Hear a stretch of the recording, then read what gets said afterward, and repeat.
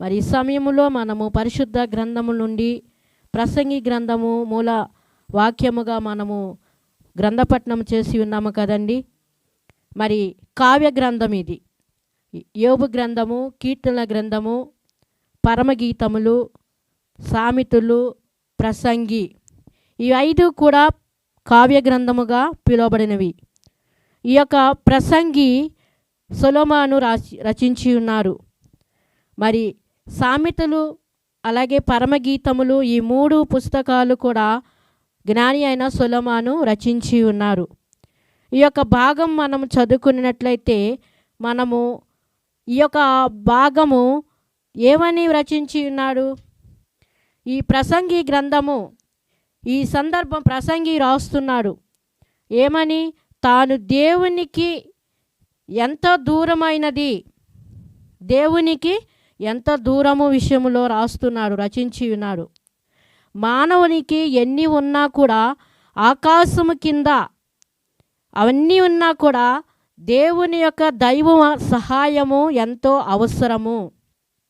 ఎన్ని ఇహలోకం అన్నీ ఉన్నా కూడా దేవుని శక్తి మానవునికి అవసరము.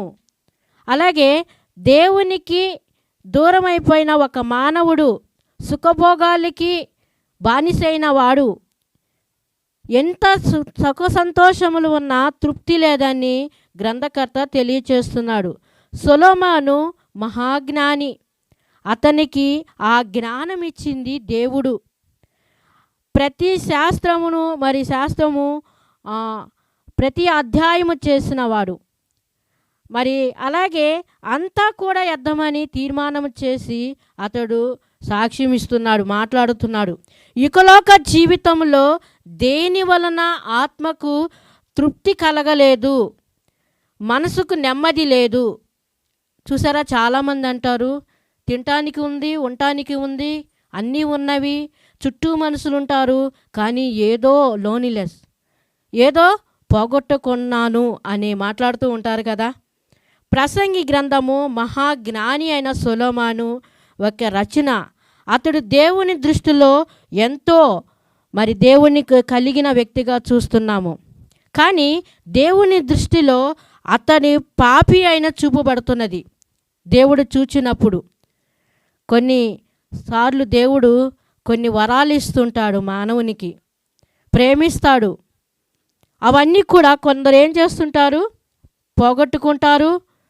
కొందరు దాన్ని దుర్వినియోగం చేస్తారు, కొందరు మేలు కొరకు వాడతారు. దేవుడు బిడ్డే కదండి, దేవుడు శిక్షిస్తాం ఎందుకు అంటారా?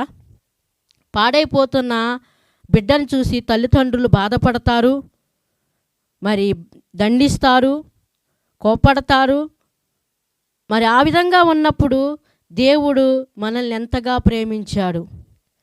నీవు ఎంతటి జ్ఞానివైనా రక్షింపకపడకపోతే నీవు దేవుని దృష్టిలో వ్యర్థుడవు, వ్యర్థురాలువి.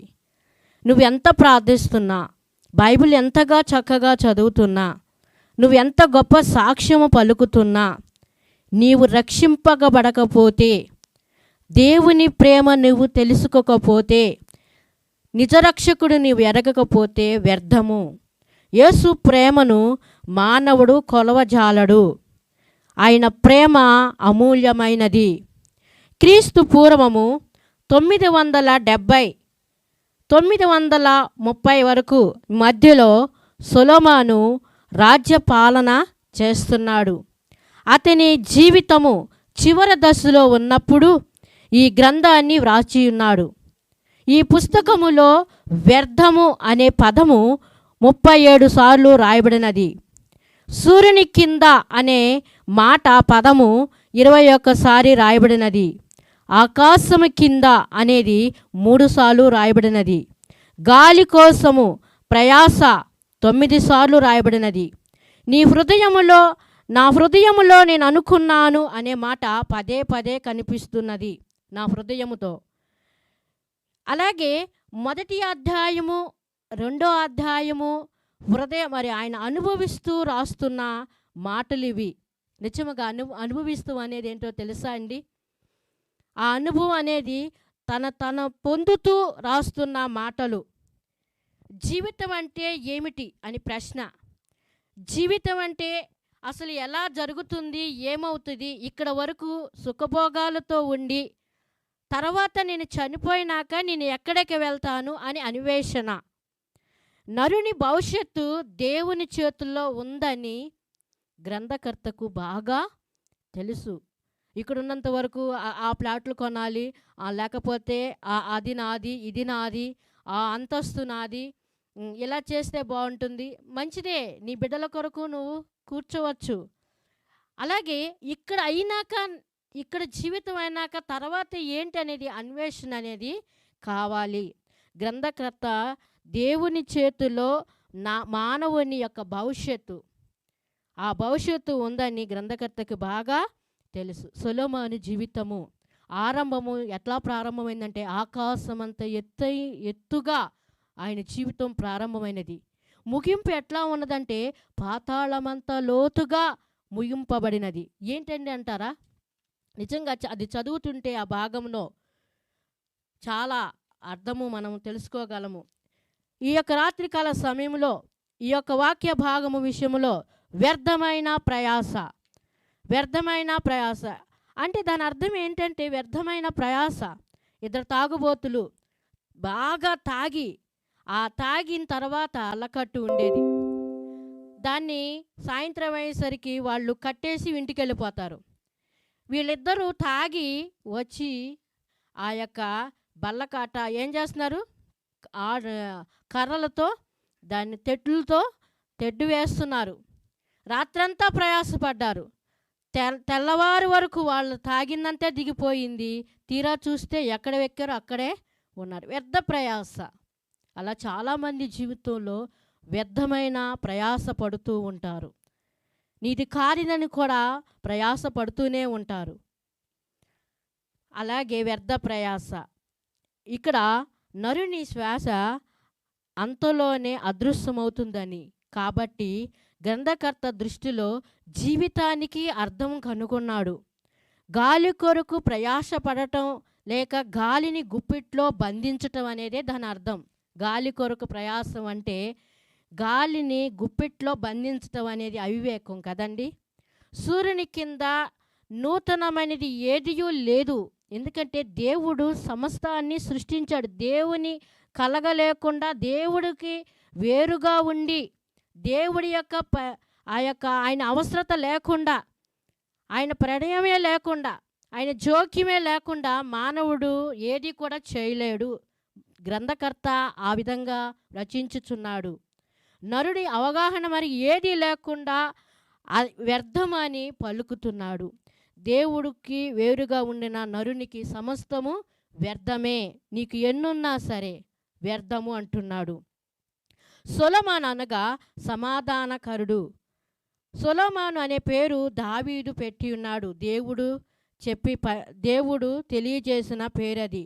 ఇశ్రాయేలుకు 3వ రాజుగా ఉన్నాడు. జీవిత గమ్యమేంటో సొలొమోను ప్రశ్న వేసుకున్నాడు. ఈ రాత్రికాల సమయంలో వాక్యం వింటున్న ప్రియ సహోదరి సహోదరుడా, నువ్వు ఒక్కసారి ఆలోచించు. ఈ జీవిత విధానం ఏ రీతిగా ఉంటుంది? Next what next? నువ్వు చదువుకున్నావు చక్కగా, తర్వాత ఏంటి? నీ ఫ్యూచర్ ఏంటి? జరగాల్సిన విషయం ఏంటి? ఏముందండి, తింటాము లేకపోతే ఏదన్నా అంటే చనిపోవటం, ఈ రెండేనా? కానీ ఇక్కడ ప్రశ్న అనేది వేసుకున్నాడు. ఒక్కసారి చూస్తారా? ప్రసంగి 8వ అధ్యాయము 14వ వచనం చదవండి ఒక్కసారి. ప్రసంగి గ్రంథము 8:14.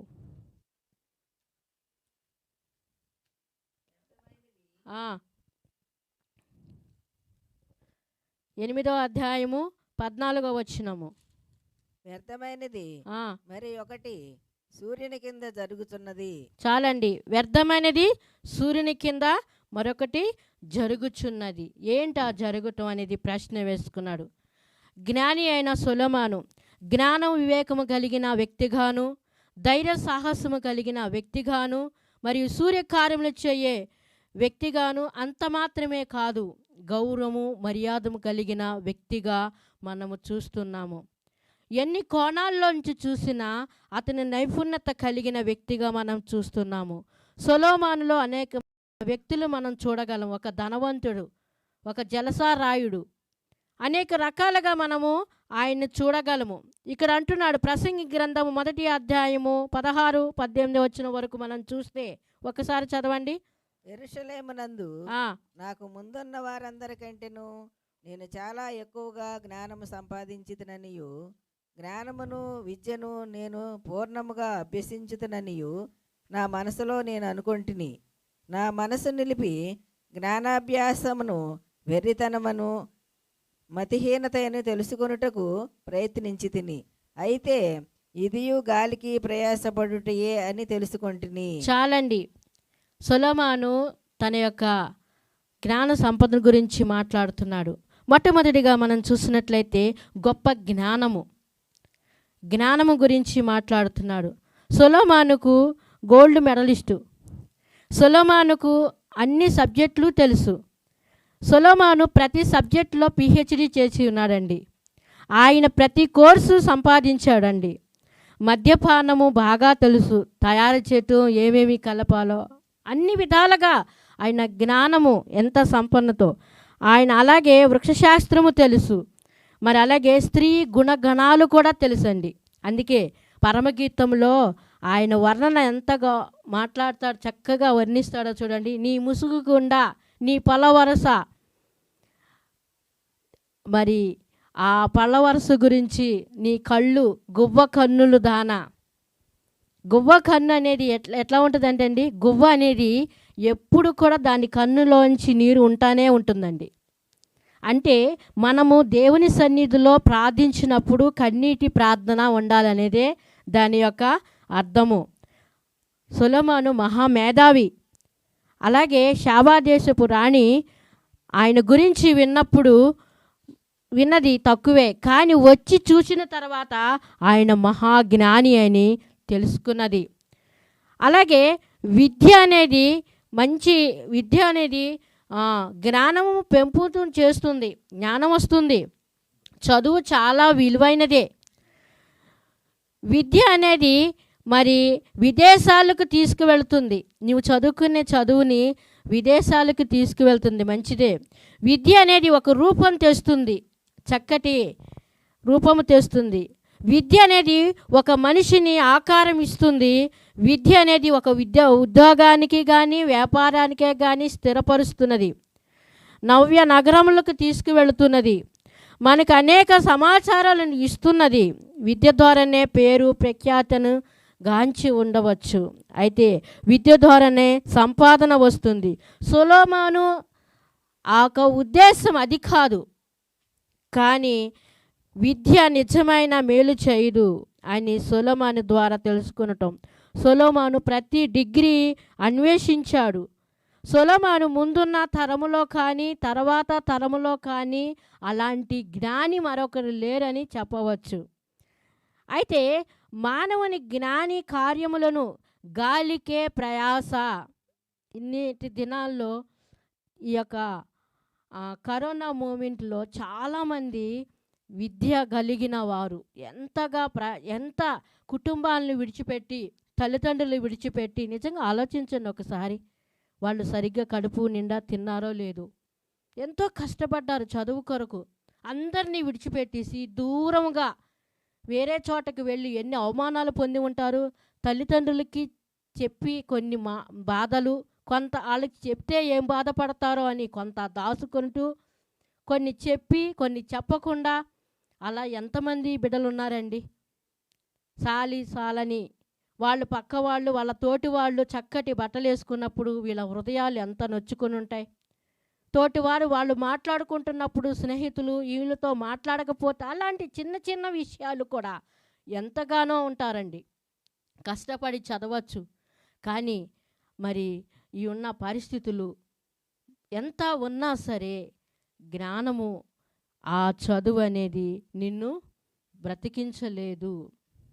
ఎంత ఉన్నా సరే అది గాలికే ప్రయాసము అని అంటున్నాడు. సామెత గ్రంథము 1వ అధ్యాయము 7వ వచనము. యెహోవా యందు భయభక్తులు కలిగి ఉండుట తెలివికి మూలము. దేవుని యందు భయభక్తులు కలిగి ఉండాలి, అది తెలివికి మూలం. ప్రసంగి 12:12 చదవండి ఒక్కసారి. 12వ అధ్యాయము 12వ వచనము. దయచేసి మీకు బైబిల్ గ్రంథం ఉంటే మీరు వాక్యం చదువుకోవచ్చు, లేకపోతే మీరు పుస్తకము పెన్ను పెట్టుకొని పేపర్ పెట్టుకొని రిఫరెన్స్ రాసుకొని దాన్ని మీరు పరిశోధించవచ్చు. ఇదియుగాక నా కుమారుడా, హితబోధ దేశములో వినుము. పుస్తకములు అధికముగా రచించబడును, దానికి అందము లేదు. విస్తారముగా విద్యాభ్యాసము చేయుట దేహమునకు ఆయాసకరము. చాలండి. విస్తారమైన చదువుకోవటం వల్ల కూడా ఏం కలుగుతుంది? ఆయాసకరం అవుతుంది. ఎవరో చదువుకున్నారని మన పిల్లల మీద రుద్దవద్దు. ఎందుకంటే విద్య అనేది అది ఎలా ఉంటుంది? విస్తారముగా, దేహానికి ఆయాసకరముగా ఉంటుంది. గొప్ప జ్ఞానము. కానీ ఈ జ్ఞానము, తెలివి దేవుడు ఇవ్వాలి. ఎలా వస్తుందండి తెలివి? దేవుని యందు భయభక్తులు కలిగినప్పుడు.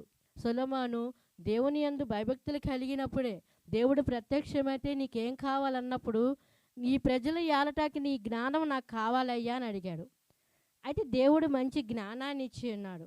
అయితే దేవుడిచ్చిన ఆ వరాలను కానీ ఫలాలను కానీ దేవుని కొరకు ఉపయోగించాలి, కానీ వ్యర్థమైన వాటిని ఉపయోగించకూడదు. అందుకే తన కన్ను ఏదైతే ఆశించిందో దాన్ని అనుభవించి ఉన్నాడు, అభ్యంతరపరచలేదు. దాన్నే కోరుకున్నాడు, దాన్ని అనుభవిస్తున్నాడు. అయితే ఎందుకు? ఆత్మకు తృప్తి లేదు. నేను చదువుకున్నాను. చదువు అనేక సార్లు మన పిరికితనాన్ని, చదువుకున్న ప్రతి ఒక్కరు కూడా భయపడుతూ ఉంటారు. భయపడుతూ ఉన్నప్పుడు ఏది కూడా దాన్ని ధైర్యపరచలేదు. విద్య ముఖ్యము కాదు అని తేలిపోయింది. రెండవదిగా చూద్దాం. ప్రసంగి గ్రంథము 2వ అధ్యాయము 4 వచనం నుండి 6 వచనం వరకు చదువుదాము.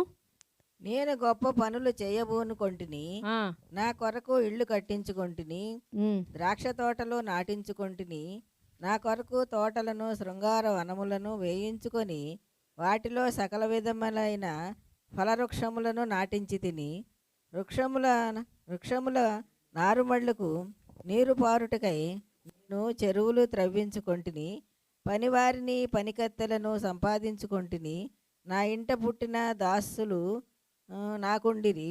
యెరూషలేమునందు నాకు ముందుండిన వారందరికంటే ఎక్కువగా పశుమందలను గొర్రె మేకల మందలను బహు విస్తారముగా సంపాదించుకొంటిని. చాలండి.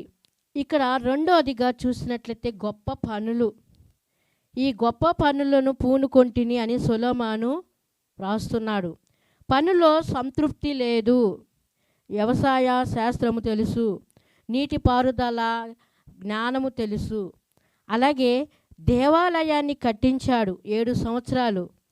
153,000 మంది పనివారితో దేవాలయాన్ని కట్టించినాడు. సొంత ఇంటిని 13 సంవత్సరాలు కట్టించాడండి. చూసారా, చాలామంది మా ఇల్లు ఇలా ఉండాలి, ఈ విధంగా ఉండాలి, ఈ విధంగా ఉండాలి అలా సంతోషపడుతుంటాం. కానీ అతను 13 సంవత్సరాలు తన ఇల్లు అన్నిటినీ ఏర్పాటు చేసుకున్నాడు. విస్తారమైన ధనముతో ఎంతో అందంగా కట్టించుకున్నాడు. అందంగా, చాలా అందంగా. మరి పనివారు 24 గంటలు కూడా అతని చుట్టూ ఉండేవారంటండి. నవ్వించేవారు ఉంటారు, పాటలు పాడేవాళ్ళు ఉంటారు. ఆయనను అందంగా అలంకరించుటకు అలంకరించే వాళ్ళు ఉంటారు. ఎప్పుడు కూడా అతని కోపం రాకుండా నవ్వించేవారు ఉంటారు. చుట్టూతా జనాలే. ఆయన సుఖభోగములు గాలిలో తేలాడు ఈ యొక్క సొలొమోను.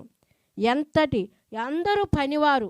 ఏది రాజుగారు పిలిస్తే వెంటనే వచ్చేయాలి. మరి చుట్టూ పనివారు కూడా ఎప్పుడు కూడా నవ్వుతూ నవ్వించేవాళ్ళు.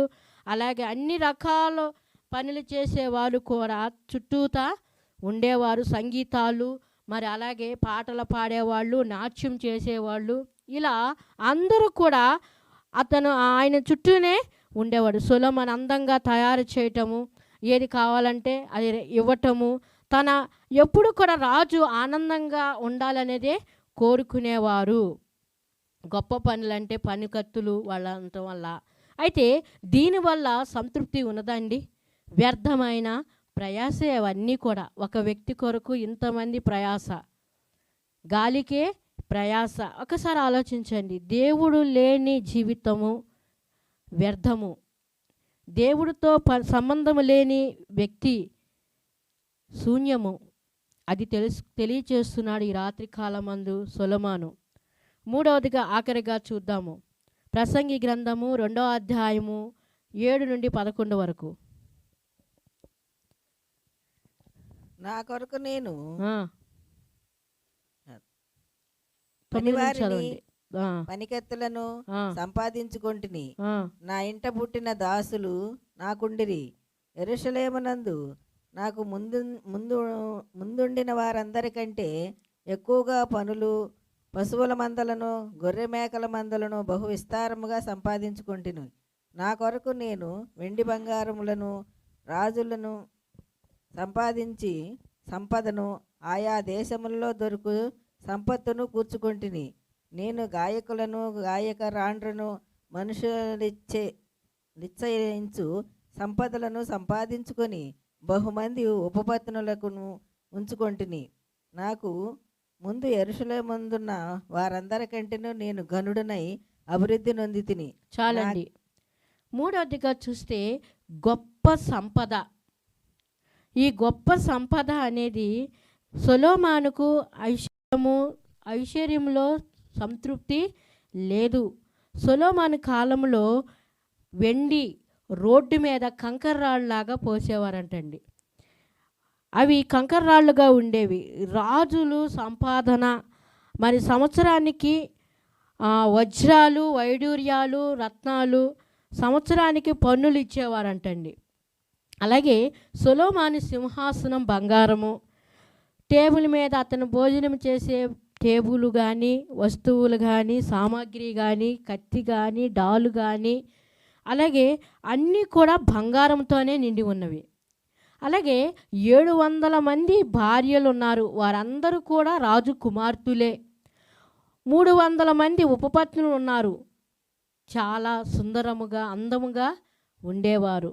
అయితే వీటినన్నిటిని బట్టి కూడా, ఈ సంపదను బట్టి ఇంతగా ఉన్న ఇతను సుఖములో తేలాడుతున్నా కూడా అతనికి తెలియని సంతృప్తి లేదు అని చెప్తున్నాడు. వ్యర్థము, వ్యర్థము, ఇవన్నీ కూడా వ్యర్థము అని అంటున్నాడు. ఎన్ని ఉన్నా, ఎంత ఉన్నా అంతా కూడా శూన్యము అని అంటున్నాడు. దేనికి అంటే దేవునికి వేరుగా ఉండి నరుడు సమస్తము వ్యర్థముగా పడుతున్నాడు అంటున్నాడు, వ్యర్థమే అంటున్నాడు. ప్రసంగి గ్రంథంలో సొలొమోను జీవితం మీద వ్యాపించిన ఒక నీడ మరణము చూసి ఉన్నాడు. ఆ మరణ ఛాయలను చూసి ఉన్నాడు. నిజముగా ఎన్ని ఉన్నా కూడా దేవుడు అనేది మన జీవితంలో లేకపోతే అది శూన్యము. ఎన్ని ఉన్నా కూడా నీవు సున్నానే. దేవుడు మన పక్షముగా నిలిచి ఉండాలి. అందుకే దేవుడు మన తోడుండగా, మన కొరకు ఆయన ప్రాణం పెట్టిన ప్రభువారు ఎంతగా ప్రేమిస్తున్నాడు. ఆ ప్రభువు ప్రేమించిన ఆ దేవాది దేవుణ్ణి మనం స్మరిస్తున్నాము, ప్రకటిస్తున్నాము, అలాగే ప్రార్థిస్తున్నాము కూడా. అందుకే ఆఖరిగా మనం చూసి ముగించుకుందాము. 3 విషయాలు నేను ఈ రాత్రి కాలమందు చెప్పి ఉన్నాను. జ్ఞాని అయిన సొలొమోను రచించిన ఈ యొక్క ప్రసంగి గ్రంథంలో నుండి వ్యర్థమైన ప్రయాసము గురించి, గొప్ప జ్ఞానము, నువ్వెంత చదువుకున్నా, అందరినీ విడిచిపెట్టి వేరే దేశాలకు వెళ్ళి చదువుకోవాలనుకున్నా, నువ్వెంత చదువుకున్నా కూడా ఒకరోజు అదంతా కూడా గాలికే ప్రయాసపడినట్లే. రెండవదిగా గొప్ప పనులు చెప్పే కదండి. ఎంతమంది పనులు దేవాలయాన్ని కట్టించినప్పుడు 7 సంవత్సరాలు 1,53,000 మంది పనివారు అది కట్టడం జరిగినది. గొప్ప పనులు పూనుకున్నాడు. 13 సంవత్సరాలు తన ఇల్లు కట్టుకున్నాడంటే ఎంత సుందరంగా కట్టుకుంటాడండి. అందుకే మరి అందరూ ఉన్నా కూడా ఏదో పోగొట్టుకున్న జీవితముగా ఉన్నది. గొప్ప సంపద. అందుకే ఒక మాట ఉన్నది కదా, ప్రసంగి గ్రంథంలోనే రాయబడినది. 5వ అధ్యాయము 10 నుండి 12 వరకు చూస్తే ధనవంతుడికి నిద్ర పట్టదంటండి. ఒకసారి చదవండి. ద్రవ్యమును అపేక్షించువాడు ఆ, ద్రవ్యము చేత తృప్తి నందడు, ఆ, ధన సమృద్ధిని అపేక్షించువాడు ఆ, దాని చేత తృప్తి నందడు, ఆ, ఇదియు వ్యర్థమే. ఆ, ఆస్తి యొక్క ఎక్కువైన ఎడల ఆ, దానిని భక్షించువారు ఆ. ఎక్కువ అగుదురు. కన్నులారా చూచుటయే కాక ఆస్తిపరునికి తన ఆస్తి వలన ప్రయోజనం ఏమి? ఆ. కష్టజీవులు కొద్దిగా తినినను ఎక్కువగా తినినను సుఖనిద్ర నొందుదురు. ఆ.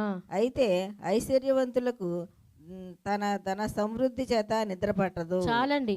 బైబిల్ గ్రంథంలో అన్నీ రాసించాడండి. ఏమీ లేడు, చెట్టు కిందోడు ఎంత చక్కగా పడుకుంటాడు చూడండి. అన్నీ ఉన్నా కూడా నిద్ర పట్టదంటండి. ఎటు నుంచి వచ్చి ఏం చేస్తారో చూసారండి. గొప్ప సంపద. వీటి వల్ల మనం అనుకుంటాం అన్నీ ఉంటాయి అనుకుంటాం.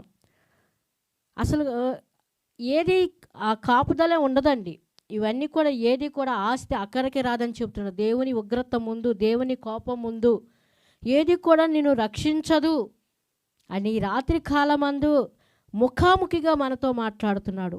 ఆయన రక్షణ అనేది మనకెంతో ప్రాముఖ్యమైనది. ఆయన యందు భయభక్తులు కలిగి, భయము ప్లస్ భక్తి ఉండాలి. భయం ఒకటే ఉంటే చాలదండి, భక్తి కూడా మనము నేర్చుకుంటూ మన కుటుంబాలకి నేర్పించాలి, ఆ మార్గములో నడిపించాలి. సొలొమోను అన్ని మార్గాలు చూశాడు, అన్ని రంగాల్లో ఆరితేరిన వ్యక్తిగా మనం చూస్తున్నాం, అన్ని రకాలుగా చూస్తున్నాము. కానీ దేవుని యొక్క ప్రణయం లేకుండా, దేవుని యొక్క సంబంధము లేకుండా మానవుడు ఏది చేయజాలడు. అందుకే గాలికై ప్రయాస వ్యర్థ ప్రయాస అనేది మనం చూస్తున్నాం. ఆఖరిగా 12వ అధ్యాయము 13-14 వచనాలు. ఇది అంతయు వినిన తరువాత తేలిన ఫలితార్థమిదే. దేవుని యందు భయభక్తులు కలిగి ఉండి ఆయన కట్టడలను అనుసరించి నడుచుకొనుచుండవలెను. మానవ కోటికి ఇదియే విధి. గూఢమైన ప్రతి అంశమును గూర్చి దేవుడు విమర్శ చేయనప్పుడు ఆయన ప్రతి క్రియను తన మంచిదే గాని చెడ్డదే గాని తీర్పులోనికి తెచ్చును. చాలండి, మీరు ఇంతగా విన్నారు. నాకు అది కావాలయ్యా. ఒక్క మాట వినండి. దేవుడు నీకు ఏది అవసరమో నీకు సకాలంలో ఇస్తాడు. తగిన కాలమందు, తగిన సమయమందు దేవుడే నీకు సహాయం ఇస్తాడు. అది నువ్వు తలంచలేవు. నీ తలుపు తట్టి నీకు అవసరమైంది నీ చేతుల్లో పెడతాడు. అందుకే మానవ కోటి విధి ఏంటంటే దేవుని యందు భయభక్తులు కలిగి ఆయన కట్టడలను అనుసరించి నడుచుకోవాలి. నువ్వు ఇంత ఇన్నాక అది కావాలి ఇది కావాలని అనద్దు. రక్షణ గురించి నువ్వు ఆరాటపడు, దేవుని కొరకు మరి అంగలార్చు, నీ కుటుంబం రక్షణ కొరకు వేదన చెందు.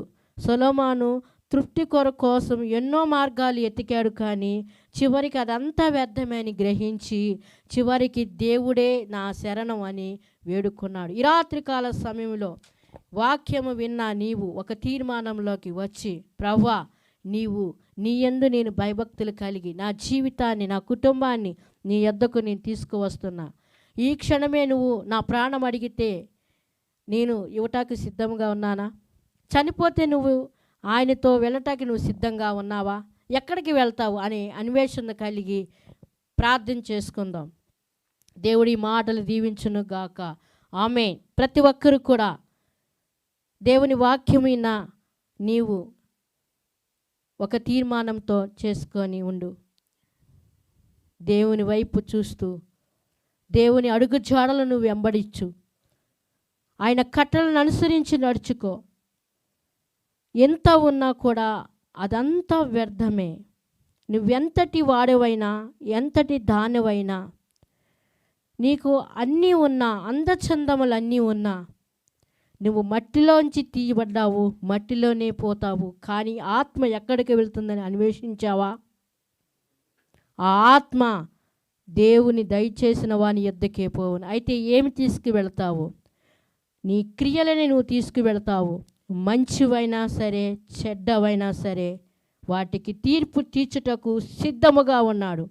ఈ రాత్రికాల సమయంలో నీ క్రియలు ఎలా ఉన్నవి, నీ మాట ఎలా ఉన్నది, నీ చూపు ఎలా ఉన్నది, ఒక్కసారి నిన్ను నీవే సుపరీక్ష చేసుకో.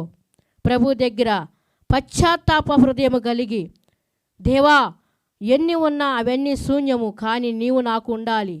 నువ్వు నాకుంటే అవన్నీ కూడా నాతోనే ఉంటాయి ప్రభు అని ప్రార్థన చేసుకుందాం.